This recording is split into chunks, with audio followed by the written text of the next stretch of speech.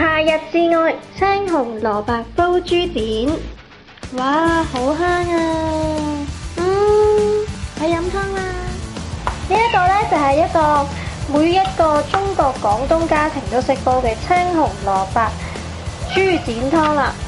咁材料包括青蘿蔔、紅蘿蔔、大大嚿嘅豬展、蜜棗同埋一個浸咗嘅陳皮，非常之簡單嘅啫。首先呢，就係將呢一個豬展出水啦 ，and then 就將所有嘢擺晒落煲水裏邊，由得佢煲2-3個鐘，咁就 OK 㗎啦。煲湯之前呢，要將嚿肉呢放落一啲煲緊嘅熱水度，1分鐘到，咁等佢出一出水先煲湯。見到咧，依家有啲白色嘅嘢走咗出嚟咧，喺嚿豬展度，呢啲咧就係污糟嘢啦。記得要出水喎，煲湯嗰陣，如果唔係咧，就會飲埋呢啲污糟嘢㗎啦。豬展湯咧就係咁簡單，將所有材料劈晒去落個煲度，跟住咧就將呢一嚿豬展出咗水嘅劈埋落去，咁樣開火煲，咁就 OK 㗎啦。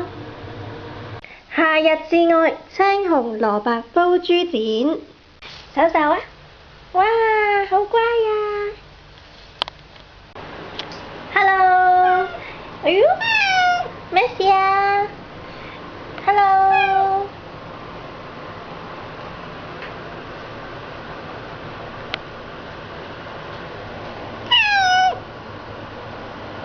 這是 organic bananas。这是有机香蕉，有机香蕉是不是比普通香蕉的营养高呢？我不知道，但一定比普通的好吃，因为我吃过 organic banana。